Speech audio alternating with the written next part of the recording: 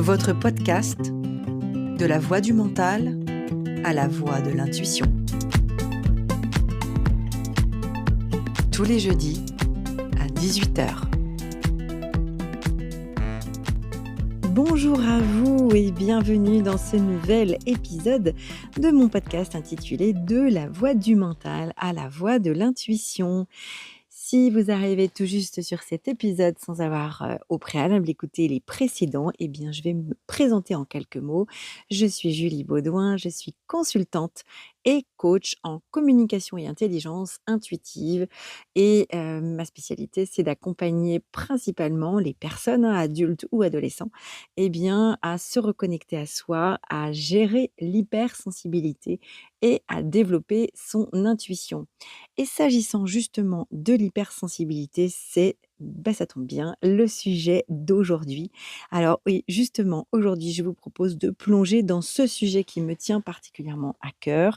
Eh bien, c'est l'hypersensibilité. Je ne sais pas si vous en avez déjà entendu parler, certainement. Aujourd'hui, on en parle relativement souvent. En tout cas, beaucoup plus qu'il y a encore 10 ans. C'est un thème très dense, vous allez voir, qui est très profond, souvent mal compris. Et c'est pour cette raison, eh bien, que j'ai choisi, du coup, de le scinder en 2 épisodes. Dans ce premier volet, nous allons nous concentrer sur la relation à soi. Comment revenir à l'intérieur de soi quand on est hypersensible? Et dans un prochain épisode, la semaine prochaine, nous aborderons la relation aux autres. Comment s'ouvrir au monde sans s'y perdre, sans se suradapter, sans se diluer. Pour commencer, eh bien, on va prendre un temps pour d'abord, ensemble, eh bien, comprendre l'hypersensibilité. Peut-être que vous êtes concerné, peut-être que vous connaissez quelqu'un concerné par l'hypersensibilité, ou tout simplement peut-être que vous êtes là pour justement en savoir davantage parce que vous ne vous sentez pas du tout concerné par l'hypersensibilité. Eh bien, on va justement s'attacher un petit peu à comprendre ce que c'est. Hem, L'hypersensibilité, ce n'est pas juste pleurer facilement, être, faire de la sensiblerie, ou être juste émotif. C'est bien plus, large que ça, plus profond que ça, vous allez voir. C'est vraiment une perception accrue du monde, une perméabilité émotionnelle, énergétique même, une capacité à capter l'invisible, on va le voir, mais aussi eh bien, une difficulté à filtrer, à faire le tri entre ce qui est à soi et ce qui vient de l'extérieur d'une manière générale, ce qui vient des autres, et cetera. Hem, la personne qui nous a donné le plus d'éléments sur l'hypersensibilité déjà depuis plusieurs années, c'est Ellen N. Aron, qui a réellement une psychologue américaine, qui a réellement été une pionnière. Aujourd'hui, il existe effectivement plein de questionnaires, pour faire des diagnostics sur l'hypersensibilité. Moi, j'avoue que je m'y suis toujours refusée. Ellen N. Aron, va un peu dans ce sens-là en disant que un diagnostic, ce serait pour une maladie. Or, l'hypersensibilité, et on va le voir un petit peu comment c'est arrivé, comment ça arrive, n'est pas une maladie, c'est vraiment juste une particularité. Elle résume les 4 grands, aspects, qui permettent un peu de reconnaître si l'on est ou pas hypersensible, et vous allez voir qu'on peut parfois l'être plus ou moins, peu importe. Les 4 grandes, caractéristiques, donc pour, Hélène N. Aron qui résume, suffisamment bien en fait, ce qu'est l'hypersensibilité. Donc bon, j'ai un anglais, vraiment, pas top, alors je ne me permettrai même pas de le faire en anglais. Mais en tout cas, il y a 4 lettres, l'acronyme, ce qui est quand même, DOSE, ça je sais juste le dire, DOES. Alors, le D, ça signifie la profondeur de traitement. L'idée d'aller vraiment toujours en profondeur, d'avoir des difficultés à être juste léger et directement à aller dans la nuance, dans la complexité, dans la profondeur de traitement. Donc ça, c'est une des premières caractéristiques soulevées par Hélène N. Aron. La deuxième caractéristique qui correspond au O, si je vais le dire quand même, overstimulation, overstimulation, c'est la surcharge de stimulation. C'est vraiment l'idée que dès lors qu'il y a des sollicitations, des stimulations extérieures, eh bien la personne hypersensible n'arrive pas à mettre un filtre, hein. Elle est tout simplement pas dotée de manière facile. Elle est pas dotée, oui, de manière aisée comme certaines autres personnes, eh bien pour mettre un filtre entre soi et ces fameuses stimulations extérieures, hein. Donc ça fait énormément d'informations à gérer. La 3e caractéristique, le c'est, la réactivité émotionnelle et l'empathie.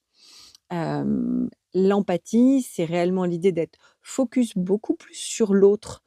Encore une fois, hein, là tout à l'heure, les stimulations, c'est d'une manière générale sur l'extérieur. L'empathie, c'est vraiment vis-à-vis de l'autre, d'un autre vivant, et donc d'être beaucoup plus focus, sur l'extérieur, sur l'autre, et également une réactivité émotionnelle. C'est-à-dire de réagir beaucoup plus rapidement, émotionnellement, hein. Donc quand on est triste, on peut être très triste, quand on est joyeux, on peut être très joyeux.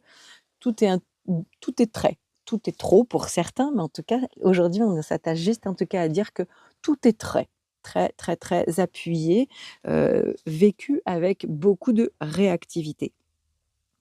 La 4e caractéristique, eh bien, c'est la sensibilité aux subtilités. La sensibilité aux subtilités, eh bien, pour Hélène N. Aron, c'est vraiment, tout ce qui justement n'est pas visible, tout ce qui est, non dit, toute la communication non verbale. Une personne hypersensible peut un petit peu passer pour la roue de service, je me permets parce que je le suis et je sais vraiment de quoi je parle, parce que, on entend quand ça dissonne. Quand une personne, par exemple, dit qu'elle va bien alors qu'au fond, elle essaye de le cacher, mais qu'elle va pas bien. Pour une personne hypersensible, c'est compliqué d'entendre quelqu'un, eh bien, dire quelque chose et en penser une autre parce que on entend cette subtilité-là. On arrive à décrypter, eh bien, justement l'incohérence, la dissonance, le non-dit.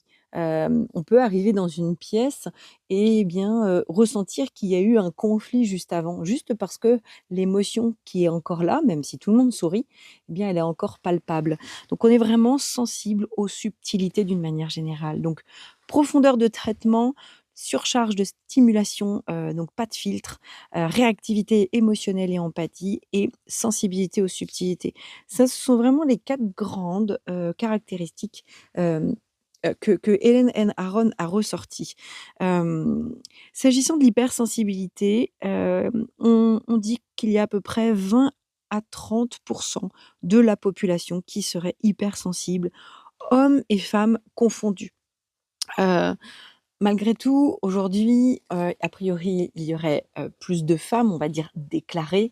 On se dit aussi qu'il y a quand même beaucoup qui ne le savent pas ou qui ne l'assument pas, parce que la société valorise quand même souvent l'action, la maîtrise, la force extérieure et que, ben, l'hypersensibilité, eh bien, elle est un petit peu plus vue comme une marque de faiblesse et puis en plus, elle est souvent vécue très intérieurement en fait, il peut y avoir un sentiment de honte et donc plus encore chez les hommes que chez les femmes, alors que moi par rapport aux accompagnements, que je fais, je vois tout à fait des hommes, lorsqu'ils l'assument, qui peuvent venir en accompagnement pour, eh bien, se faire un petit peu, bah, coacher, aider, pour pouvoir assumer pleinement, cette hypersensibilité. Mais déjà, ils font quand même cette démarche-là. Mais j'avoue, on est sur à peu près du 80-20, hein. C'est 80, de femmes, en tout cas c'est ce que je vois moi, dans mon cabinet, mais 80 de femmes pour 20 d'hommes. Aujourd'hui, il peut tout à fait y avoir beaucoup plus d'hommes. C'est simplement que, eh bien, il n'y a pas eu d'études de fait et que, il y a encore beaucoup de tabous sur le sujet. Souvent cette hypersensibilité, elle s'est construite dans l'enfance. Alors parfois, en réponse à un environnement, alors soit réellement instable ou soit perçu comme instable, perçu comme exigeant, perçu comme insécure. Hem que ce soit réel ou perçu comme tel et c'est là un petit peu, la difficulté de savoir qui est l'œuf, qui est la poule. C'est-à-dire qu'entre 2 enfants, il peut tout à fait y avoir, une perception différente. Peut-être qu'il y a donc un petit peu de l'inné et de l'acquis. L'inné, eh bien, effectivement, on arrive quand même avec une sensibilité un tout petit peu plus, développée, que son frère ou sa sœur, à côté et puis, il peut y avoir également, eh bien, une réalité quand même, c'est-à-dire d'être élevé vraiment dans un environnement, qui ne semble pas sécure, face à la vulnérabilité de l'enfant et auquel cas l'enfant, eh bien, peut développer dans ce cas-là une ultra adaptabilité, une vigilance constante et du coup, ce fameux focus tourné vers l'extérieur pour, eh bien, prévenir le danger, pour faire plaisir et tenter d'avoir en compensation un petit peu, ben, d'amour, de reconnaissance, un minimum de nourriture affective, hein, qui est très important pour un enfant. Et puis, eh bien, peut-être pour contrôler aussi les émotions ambiantes, hein. Plus je fais plaisir, plus je m'adapte, plus mon environnement, eh bien, il est en paix, et du coup, ça me permet de contrôler, eh bien, mon environnement et les émotions qui pourraient, dans ce risque-là, re-rentrer à l'intérieur de moi, hein. Donc cette porosité, on la ressent très, très facilement dès lors qu'on est petit. On ressent, les énergies ambiantes rentrer comme à l'intérieur de nous. On se sent, vraiment, une passoire parfois. On dit toujours une éponge, hein, émotionnelle, mais on peut dire aussi une passoire, c'est-à-dire qu'on ça nous traverse, ça on peut se faire dévaster par, l'extérieur et comme c'est une menace excessivement importante à nos yeux, on le sait, on le ressent, même si quand on est petit, on n'a pas toujours les mots pour le dire. D'où ce focus presque quasi à 100 hein, pour certaines personnes, eh bien de contrôler, vraiment contrôler l'environnement et d'être dans cette ultra vigilance permanente. Heu, Aujourd'hui, pour la plupart, des personnes, hypersensibles, cet ancien mécanisme de survie, eh bien, devient un poids. Peut-être qu'effectivement, enfant, quand on était encore très vulnérable, eh bien, on a eu besoin de faire ce focus sur l'extérieur parce que nos parents, notre environnement était réellement menaçant ou perçu comme tel par notre sensibilité déjà présente. Sauf qu'aujourd'hui, à l'âge adulte, d'autant plus dans cette société excusez-moi, d'autant plus dans cette société et ça j'ai déjà largement, exprimé dans les autres épisodes précédents. Dans cette société où tout va vite, où la les sollicitations sont nombreuses, les stimulations sont nombreuses, on a énormément de à loisir, la possibilité de se perdre dans justement du divertissement, des séries, des notifications de téléphone, des mails à répondre et cetera, toujours dans cette urgence. Donc pour une personne hypersensible, c'est peut-être là, hein, la question que quand on dit: «Ah mais il y a de plus en plus d'hypersensibles», j'ai plein de théories sur sur la question, mais en tout cas, je pense que, le monde qui s'accélère, effectivement, fait émerger l'inconfort des personnes hypersensibles qui, peut-être au demeurant, avaient cette possibilité de se ressourcer, de prendre un peu plus de temps. Aujourd'hui, si ces personnes veulent suivre le rythme de la société d'aujourd'hui, alors là, ça commence à devenir un tout petit peu, difficile, parce que ça fait énormément de sollicitations. Et comme on disait tout à l'heure, hein, la surcharge à la stimulation extérieure avec le sans filtre, avec ce monde de catastrophisme et cetera, c'est trop, c'est trop. Trop de bruit, trop de lumière, trop de publicité, trop de notifications, trop, trop, trop, hein. J'ai toujours vu un peu, les personnes hypersensibles comme étant des sentinelles. En tout cas, c'est un peu comme ça que je perçois l'hypersensibilité et que j'ai vécu, mon hypersensibilité, notamment dans les différents, emplois que j'ai pu avoir. J'ai souvent été, vu ou ressenti des choses avant qu'elles n'arrivent, et c'est un petit peu la sentinelle, c'est de se dire: «Eh ben, j'aperçois, je vois les choses peut-être, plus tôt que d'autres, mais in fine, quand je ressentais parfois que certaines choses n'étaient pas cohérentes et n'allaient pas bien dans le bon sens, in fine, il y a c'était réel pour tout le monde finalement, en fait, hein, c'est juste que, Il y a ce côté un petit peu, leader de ressenti finalement. L'hypersensibilité, c'est de ressentir un peu plus fortement et plus vite, alors que d'autres vont étouffer ça naturellement, peut-être sous le tapis, mais in fine vont finalement pouvoir ressentir aussi la même chose et de se dire après coup: «Ah bah oui, tu avais un peu raison». Hem, voilà, c'est juste que l'hypersensibilité est un peu comme une sentinelle. C'est-à-dire qu'on perçoit vraiment tout ce qui se dit pas avant même que ça émerge. Heu, j'ai même envie de faire aussi ce parallèle hein, pour, aussi l'avoir vécu. C'est de percevoir les dysfonctionnements énergétiques, et notamment, quand on parle de notre aura, on peut déjà percevoir en tant qu'hypersensible, donc ça, pour les hypersensibles qui m'écoutent, et bien, je serais, ravie et curieuse, d'avoir, justement vos retours en la question. Mais en tout cas, de pouvoir percevoir énergétiquement une maladie sur soi, hein, avant qu'elle n'arrive. C'est-à-dire que moi, je sais que j'ai pu errer parfois, beaucoup, dans le milieu médical, classique parce que je ressentais, qu'il y avait quelque chose qui n'allait pas et du coup, on m'a un peu, vue et traitée comme une hypocondriaque, pour certaines plusieurs fois. Et finalement, en fait, j'ai eu la réponse plus tard que, c'était en fait, le dérèglement était bien existant, mais sur le plan énergétique. C'est-à-dire qu'il n'était pas encore tout à fait descendu dans la matière, donc youpi, heureusement, hein, mais là encore, les personnes hypersensibles peuvent être des sentinelles, même dans leur propre corps. C'est de ressentir un dérèglement énergétique avant même qu'il se concrétise réellement dans le corps, hein. Donc j'avais des espèces de douleurs, on va dire, fantomatiques, avec, un corps en stress, permanent. Il peut y avoir aussi chez des personnes hypersensibles un peu des douleurs de type fibromyalgie et cetera parce que, on peut avoir un corps finalement qui est continuellement sous stress avec, cette surstimulation et du coup, c'est tellement de choses à gérer que le corps est sous stress en permanence, donc il est sous, contracture musculaire. Moi, j'ai découvert, au bout de je sais pas combien d'années, et on m'avait donné même un décontractant musculaire en se posant même pas la question de pourquoi mon corps était contracté, et c'est en décryptant ça, j'ai découvert que finalement, ces contractures musculaires, après avoir eu une formation sur le stress et de comprendre à quel point les muscles étaient suractivés comme pour se préparer à courir, au cas où un ours nous courserait. Donc et bah, j'ai découvert que finalement mon corps était sous stress en permanence et donc partant de ce postulat, c'est de se dire: «OK, alors je suis en train de vouloir contrôler mon environnement».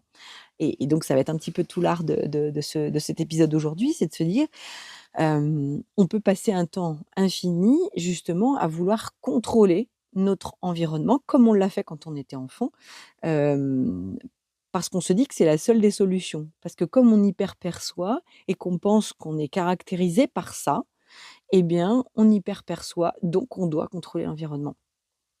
Vous allez voir, on va le découvrir, hem, que lorsque l'on revient pleinement à soi, mais vraiment pleinement, pleinement, on peut avancer dans la vie, sans forcément malgré l'environnement, sans forcément contrôler notre environnement. Mais le tout, c'est de venir remettre ce focus, du coup, sur soi. Et c'est tout l'art justement de ce que je souhaite vous proposer dans cet épisode, à la lumière de la méthode créative. Alors pour ceux qui écoutent cet épisode sans avoir écouté, les précédents, je vous invite, si vous le souhaitez, à aller écouter les différents épisodes qui, retracent plus en détail, du coup, la méthode créative. Parce que là, je vais pas la redétailler, en totalité, je vais la redétailler à la lumière du sujet d'aujourd'hui, qui est l'hypersensibilité. Si vous le souhaitez, l'épisode 1, de la voix du mental à la voix de l'intuition, eh bien, c'est effectivement l'introduction de ce podcast. Mais ensuite, vous trouverez d'entre l'épisode 2 à 9, vraiment le détail étape par étape, donc des 8 étapes de la méthode créative. Créative étant donc l'acronyme des, 8 étapes que je vous propose donc, d'explorer pour développer son intuition, mais également, comme on va le voir aujourd'hui, eh bien, pour mieux gérer son hypersensibilité. Et là, les 4 premières étapes que l'on va explorer ensemble, qui permettent ce retour à soi, eh bien, ça va être donc la première, conscientiser, la deuxième, ressentir, troisième, exprimer et quatrième, accepter. Alors on va reprendre un tout petit peu plus en détail, conscientiser. Parce que du coup, dans cette méthode créative que j'ai conçue, c'est vraiment un chemin pour justement retrouver ce lien profond avec soi, en tout cas notamment par rapport à ces 4 premières étapes. Et les 4 donc prochaines, hein, trier, je le dis déjà, le T de trier, le I de imaginer, le V de visualiser et le E de expérimenter. Et ça, ces 4 prochaines étapes qui vont permettre, eh bien, l'exploration, de notre intérieur vers l'extérieur, tout en étant relié à soi. On peut tout à fait se relier aux autres et à l'environnement sans, faire un focus à 100 sur l'autre et l'environnement. Ça, ce sera donc l'objet du deuxième épisode. Donc aujourd'hui, on va s'attacher donc, aux 4 premières étapes. Conscientiser, c'est l'étape donc de l'observation. On ramène ce focus et on ramène, eh bien, la conscience, on prend conscience de son état intérieur. Qu'est-ce qui se passe en moi actuellement? Sans jugement. Qu'est-ce que je ressens là, maintenant? L'idée étant d'écouter le plus possible son mental. Mon mental, est-ce qu'il tourne en boucle? Quelles sont mes pensées dominantes aujourd'hui? Posez-vous toutes ces questions, faites un scan mental avec ce retour à soi. Pour des personnes hypersensibles, la plupart du temps, donc on a parlé tout à l'heure hein, d'une des caractéristiques qui est l'empathie, j'irais même jusqu'à dire l'hyper-empathie. L'hyper-empathie, c'est pour certaines personnes de savoir beaucoup plus comment va l'autre, si l'autre a faim, a soif, a froid, que soi-même, hein. Donc on est rarement focus sur notre corps. Les 2 premières étapes, en tout cas là on parle de la première, conscientiser, elle peut être vraiment angoissante parce qu'on n'a pas l'habitude. On peut être dominé par notre surcharge mentale et à la fois d'être tellement focus sur l'extérieur que ce retour à soi peut au départ être un peu angoissant. Mais il est nécessaire. Et vraiment quand j'accompagne des personnes en coaching, je les préviens tout le temps parce que ce retour à soi au départ, on a peur de se confronter à un vide.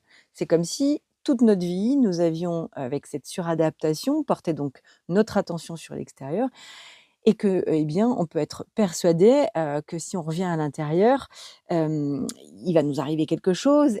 C'est une panique, presque de vie ou de mort. Donc reprendre conscience de ses pensées, de, ses croyances, de ses peurs, écouter, la voix du mental pour mieux justement s'en détacher. Prenez conscience, soyez la conscience au-dessus de vos pensées. Je l'ai déjà effectivement plusieurs fois, abordé, hein, dans les différents épisodes, mais dans celui-ci, et je dirais bien plus encore pour les personnes hyperempathes et hypersensibles, ce sont des personnes qui se sont souvent perdues, et quand elles arrivent au stade de devoir vraiment être accompagnées, en général, c'est que justement elles sont vraiment au bord d'un oubli de soi, où les années passent. Au départ, c'est de la suradaptation et ça passe encore. Avec l'âge, à un moment, il y a une perte d'identité terrible où on se perd avec l'autre et du coup, on est tellement en train de s'adapter toujours que quand on voit la personne A, on devient presque A. Quand on voit une personne B, ben, on devient presque une personne B et on ressent toutes les émotions des autres et du coup, c'est trop d'informations et on ne sait même plus qui on est, hein. Donc, reprendre conscience de vos pensées, de qu'est-ce qui passe, qu'est-ce qui se dit à l'intérieur de moi et sans jugement. Il peut y avoir des choses toutes pourries, il peut y avoir des choses toutes belles, peu importe, on les observe sans jugement. La deuxième étape donc, c'est ressentir. Là encore, cette étape, elle est anxiogène pour la plupart des personnes hypersensibles, hyperempathes. Quand je parlais tout à l'heure de fibromyalgie ou de ce genre de ressenti corporel, personnellement, je l'ai beaucoup expérimenté. J'en parle d'ailleurs dans mon livre «S'écouter pour se créer». Plus j'étais focus sur l'extérieur, moins je portais mon attention et ma conscience sur mon corps. Sauf que ce que j'ai compris au fil des années, c'est que moins je porte ma conscience sur mon corps et plus, je l'oublie et du coup, moins il est nourri et j'avais souvent des douleurs terribles ou c'est comme si mon corps, qui est autonome d'une certaine manière, taper à la porte en me disant: «Eh oh, je suis là!» Et sauf que l'oublier toute une journée, souvent, eh bien, le soir, quand on se couche, on se dit: «Bon, bah, on va aller se coucher». Heu et sauf que là, on a emmagasiné des émotions qui étaient pas les nôtres. On a oublié notre corps, toute la journée et en fait, il nous le fait payer. C'est-à-dire que non seulement on l'a oublié, mais en plus on l'a terni, on l'a sali de choses que l'on a perçues, que l'on a récupérées comme information ou comme émotion, qui ne nous appartiennent pas. Et quand on prend pas conscience de ça, croyez-moi, on crée des insomniaques. Pour l'avoir vécu pendant plus de 4 ans et demi, j'ai été dans des insomnies terribles, c'est-à-dire à ne même pas commencer à fermer l'œil. Alors, on commence à peu près vers 4 heures à peu près, 4 heures et demie, pour me lever à 7h30 et aller travailler. C'était vraiment des insomnies terribles et j'avais pas compris ça. J'en suis évidemment là, aujourd'hui et avec, une autre conscience donc je nettoie, ce focus, il est important de revenir à soi, de prendre conscience donc de son mental et de ses pensées et cetera pour mieux s'en détacher, c'est une chose, mais prendre conscience de son corps, c'est primordial. Peut-être que pour certaines personnes, le retour au corps va être long. En fait, je le rappelle, hein, mais les personnes, hypersensibles ont souvent vécu, alors réellement ou perçu comme tel, un traumatisme. Cet oubli de soi est un traumatisme. C'est, une non-existence parfois et à tenter de se conformer à l'image qu'on attend et puis en plus on s'épuise parce qu'on n'y arrive pas. Hem et ça, c'est un traumatisme terrible. C'est de la dissociation, c'est-à-dire qu'on dissocie vraiment, ce corps qui nous ennuie, de toujours être sensible, de toujours et donc on s'y coupe. On coupe, on arrive comme des marathoniens, comme des sportifs de très haut niveau parfois, qui arrivent pour un temps à couper leur corps, à se dissocier pour ne pas ressentir trop de souffrance. Sauf que la personne hypersensible peut le faire pendant longtemps, très longtemps, des années, des décennies même. Sauf que ça, à un moment, on le paye très cher de notre corps justement, de notre peau qui essaye de rattraper le temps perdu.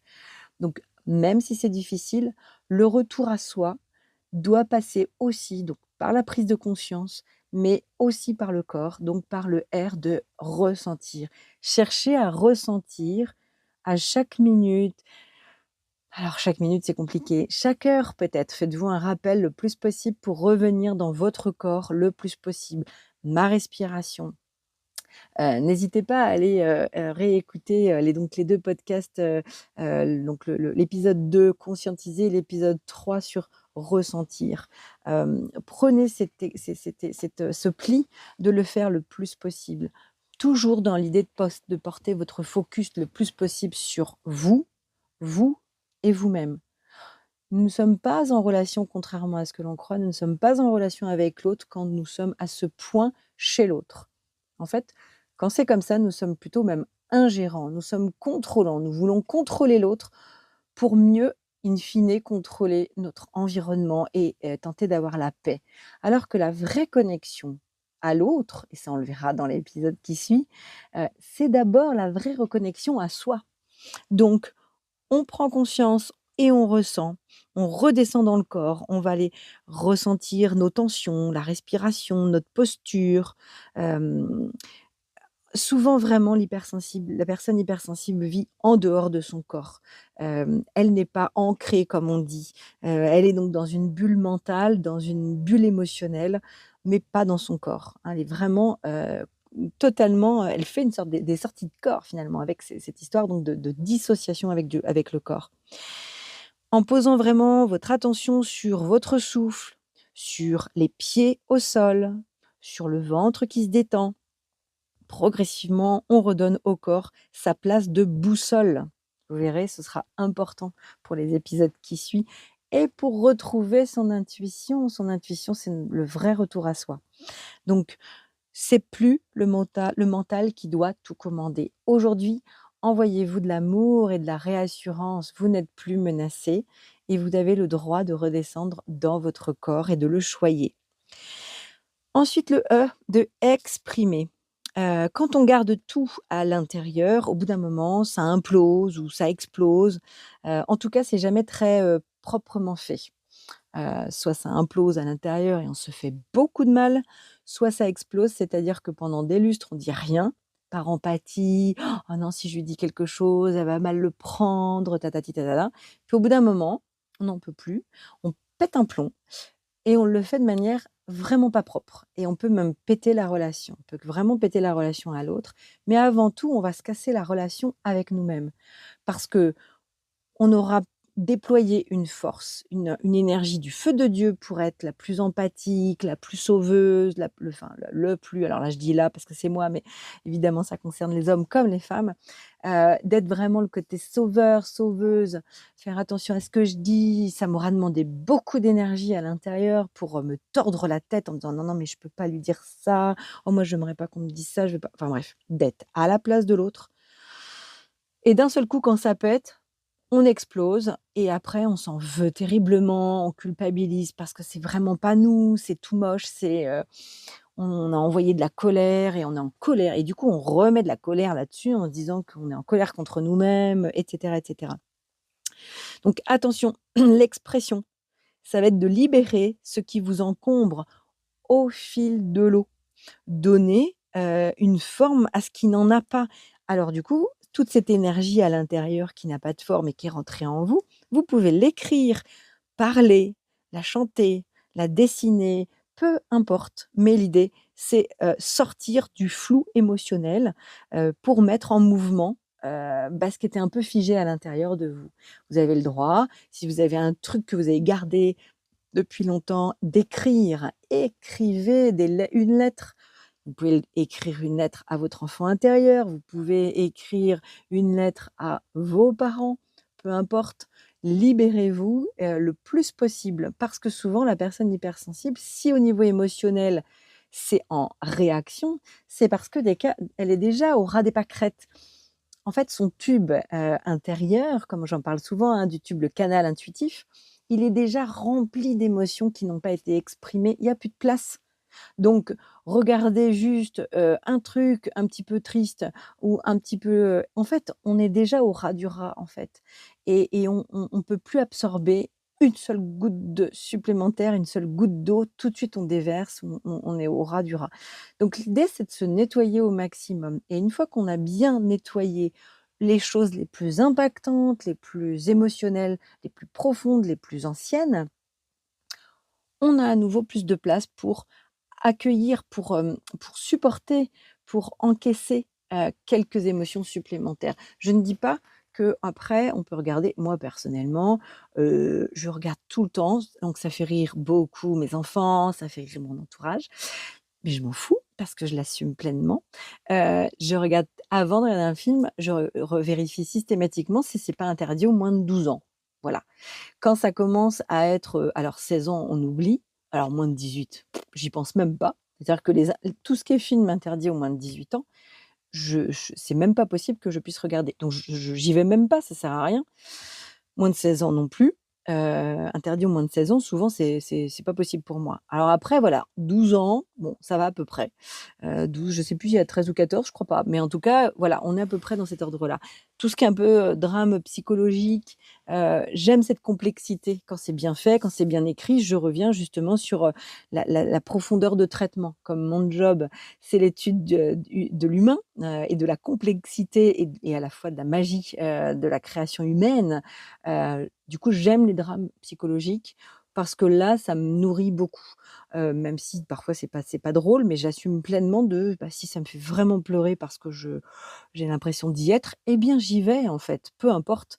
Par contre, tout ce qui est tout ce qui est violent, tout ce qui est, même s'il y a du sang, des machins, de la violence, personnellement j'accepte. C'est pas possible pour moi. J'ai beau, me dire: «C'est du faux» et cetera, j'ai pas envie de me nourrir de ça. Donc je sais que maintenant je pourrais.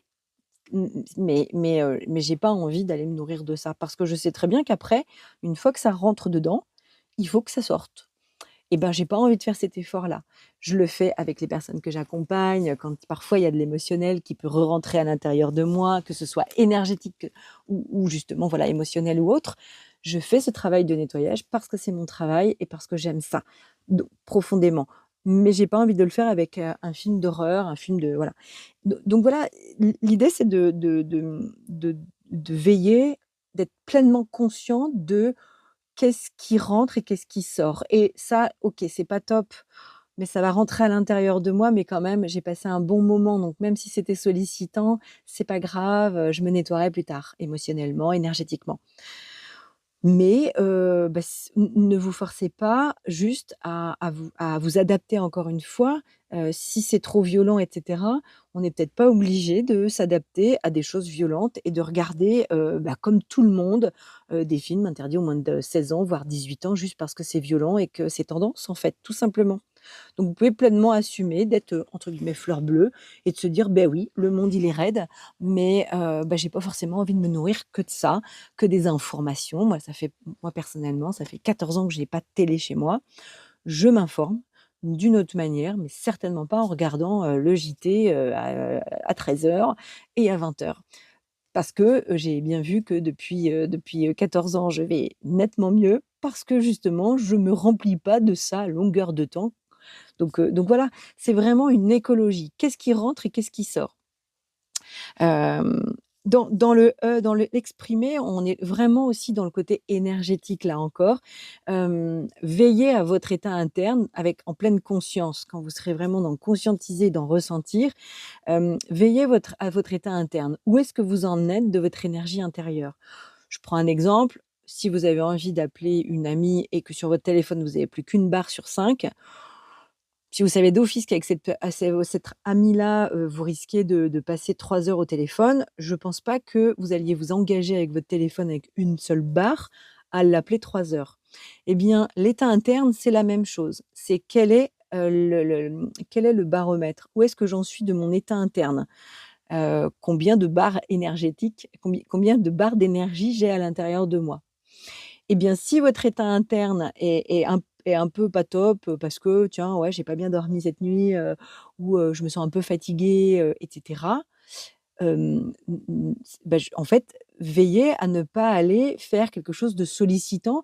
Si vous avez plus que 3 barres, je dis n'importe quoi, tiens 3 barres sur 10 à l'intérieur de vous dans votre état interne, bah, aller dans une foule, dans un salon, dans un concert où il y a beaucoup de monde, beaucoup de bruit, beaucoup de sollicitations, beaucoup de choses, ce qui risque de vous prendre au moins 4 ou 5 barres, c'est pas la peine. Ça va vous mettre dans un stress infini et donc ça va vous faire redéployer avec force votre extrême vigilance, votre contrôle de l'extérieur et vous aurez même presque envie de couper, les baffes, de la musique, parce que ce sera trop, trop, trop sollicitant pour vous.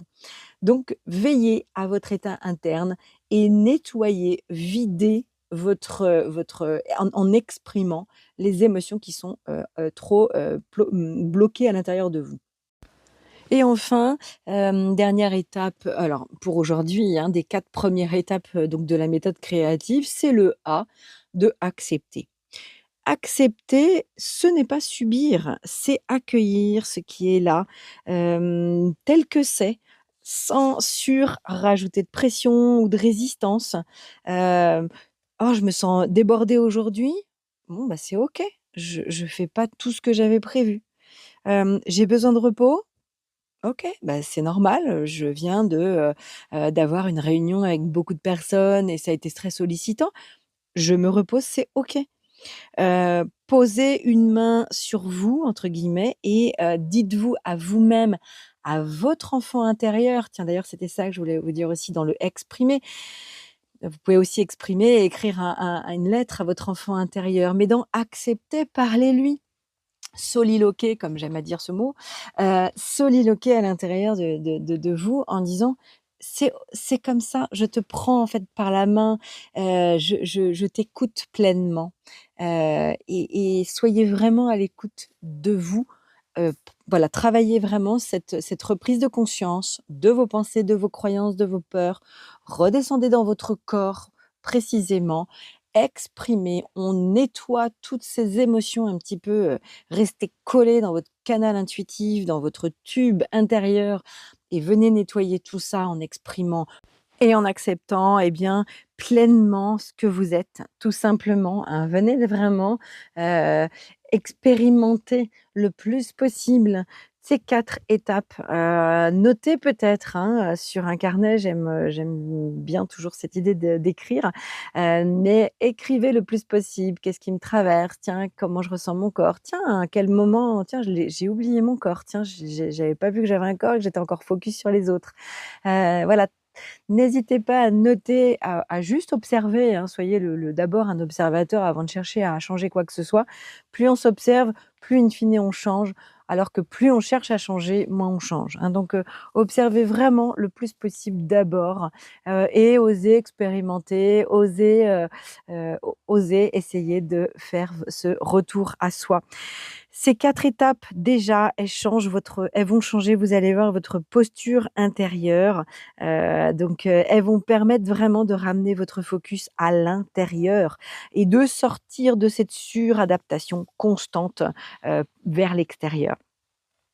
Allez, comme toutes les semaines, j'ai envie de vous proposer maintenant rapidement une petite exploration introspective. On l'a déjà un petit peu fait là, hein, mais c'était pas, guidé, comme j'ai l'habitude de le faire. On a juste, développé. Donc si vous le pouvez, eh bien, je vais vous inviter, eh bien, à vous installer confortablement, tout simplement. Alors vous pouvez être assis, vous pouvez être allongé ou même tout simplement debout. Et je vais vous inviter tout simplement à fermer les yeux. Déjà, prenez l'habitude de fermer les yeux et d'écouter ce qui se dit à l'intérieur.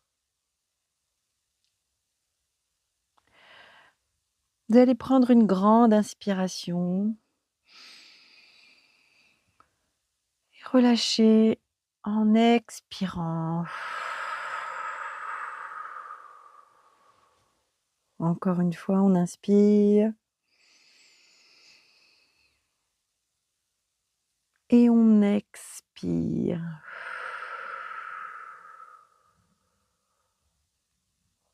Une dernière fois. Allez, on expire.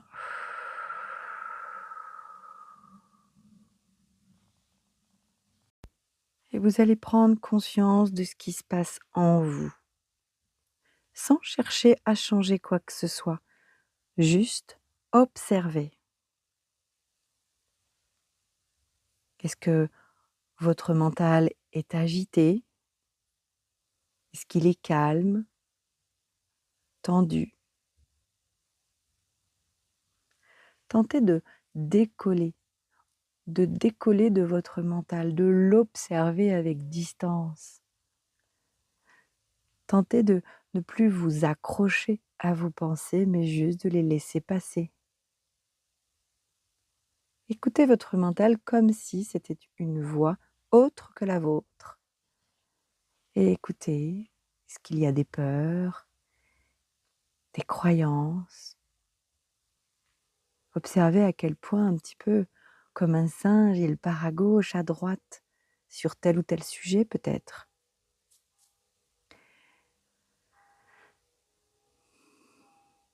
Observez simplement et notez ce qui se dit en prenant conscience.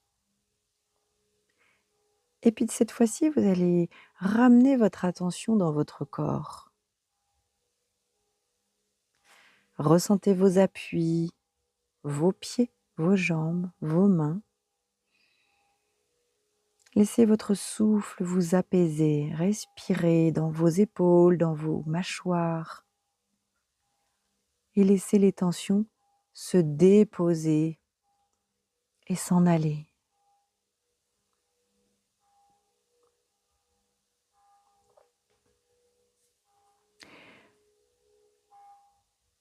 Et choisissez une expression, une émotion présente en ce moment en vous. Imaginez que vous la dessinez, cette émotion, que vous la chantez, que vous l'écrivez. Quelle forme aurait-elle? Quelle couleur? Ou quelle vibration? Allez, laissez cette émotion sortir de vous sans jugement et accueillez tout ce que vous venez de vivre. Vous ressentez l'extérieur. Effectivement, vous baignez dans un champ rempli d'informations autour de vous. Mais voyez, observez, conscientisez à quel point votre focus est déterminé dorénavant à porter son attention sur l'intérieur, sur votre état interne. Observez les mots, les images, les sensations qui vous viennent et accueillez pleinement ce que vous vivez. Posez une main sur votre cœur et dites-vous intérieurement: je m'accueille comme je suis. Respirez profondément une dernière fois avec moi.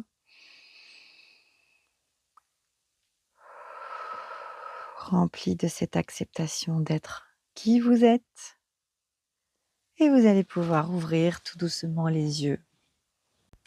Voilà pour cette première partie de notre exploration sur ce sujet si vaste qui est l'hypersensibilité, un chemin de retour vers soi, étape par étape, à travers l'écoute de votre corps, de votre mental, des émotions qui vous traversent et surtout l'acceptation de qui vous êtes.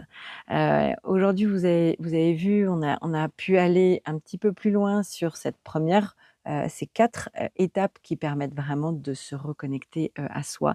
Je vous invite, comme je le fais à chaque épisode, je vous invite de pratiquer, pratiquer, pratiquer.